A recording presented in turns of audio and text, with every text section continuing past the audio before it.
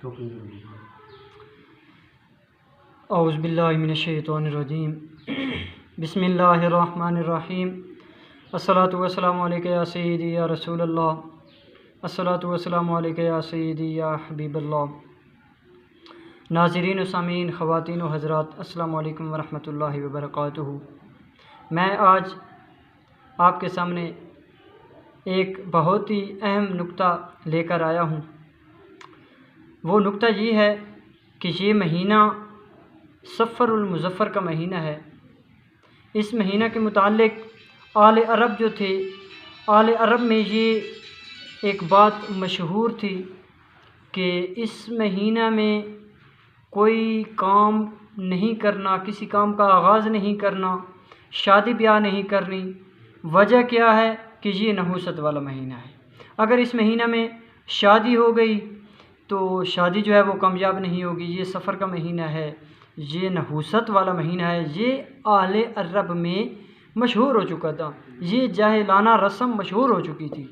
اور اسی طرح الو کے متعلق زمانہ جہالت میں کہا جاتا تھا کہ یہ الو کی آواز جو ہے یہ بھی نحوست ہے، جہاں تک جاتی ہے وہاں تک نحوست پھیلاتی ہے۔ تو حضور علیہ الصلوۃ والسلام جب تشریف لائے تو آپ نے فرمایا ولا حامتا، الو کوئی چیز نہیں ہے، یعنی الو کوئی نحوست والی چیز نہیں ہے، اور نہ ہی صفر المظفر کا مہینہ کوئی چیز ہے، یعنی اس میں بھی کوئی نحوست نہیں ہے۔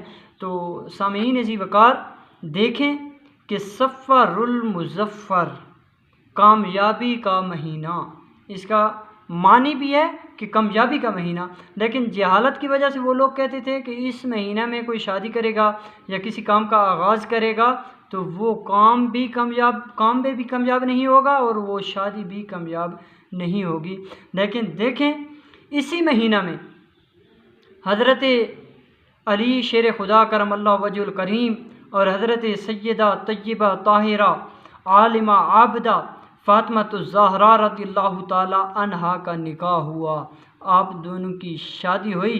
تو دیکھیں ان دونوں کی شادی جو ہے کتنی کامیاب ٹھہری۔ تم تمام حضرات کو یہ معلوم ہے کہ یہ کتنی کامیاب شادی تھی کہ جس سے نواسہ رسول حضرت حسن رضی اللہ تعالیٰ عنہ پیدا ہوئے اور حضرت امام علی مقام امام حسین رضی اللہ تعالیٰ عنہ آپ پیدا ہوئے۔ تو دیکھیں یہ مقصد کامیابی کا مہینہ ہے، اس میں کسی کام کا اگر آغاز کیا جائے تو وہ کام کامیاب ہوتا ہے، کیونکہ حضرت علی پاک کی شادی کتنی کامیاب شادی ہوئی۔ اور حضور علیہ الصلوۃ والسلام نے فرمایا ولا حامتا، الو کی آواز جو ہے کوئی چیز نہیں ہے، سفر کا مہینہ جو ہے کوئی چیز نہیں ہے۔ حضور علیہ الصلوۃ والسلام کے اس فرمان سے یہ پتہ چل رہا ہے کہ یعنی یہ کوئی نحوست والی چیز نہیں ہے، اس مہینے میں کوئی نحوست وغیرہ نہیں ہوتی۔ تو آپ یہ بھی دیکھیں کہ اس مہینہ میں کتنے اولیاء کرام کے عرس مبارک ہیں، بے شمار اولیاء کرام کے عرس ہیں، جن میں سے حضرت سلطان صلاح الدین ایوبی رحمۃ اللہ تعالی علیہ، آپ کا عرس مبارک جو ہے 3 صفر المظفر کو ہے۔ اور اسی طرح امام بدر الدین عینی رحمۃ اللہ تعالی علیہ، آپ کا عرس مبارک جو ہے 23 ماہ صفر کو ہے۔ اور شاہ امام احمد رضا خان فاضل بریلوی رحمۃ اللہ علیہ، آپ کا عرس مبارک 25 کو ہے۔ اور حضرت داتا گانج بخش علی حجویری رحمۃ اللہ علیہ، آپ کا عرس مبارک جو ہے 19 صفر المظفر کو ہے۔ اسی طرح حضرت خواجہ پیر میر علی شاہ صاحب گولڑوی رحمۃ اللہ تعالی علیہ، آپ کا عرس مبارک جو ہے 29 صفر المظفر کو ہے۔ اسی طرح بہت سے بزرگوں کے عرس جو ہیں اس مہینہ میں ہیں، یعنی اس مہینہ کی نسبت جو ہے اولیاء کے ساتھ بھی ہے۔ اور یہ ہمارے ہاں کامیابی کا مہینہ ہے، مظفر کامیابی کو کہتے ہیں، صفر المظفر یہ کامیابی کا مہینہ ہے۔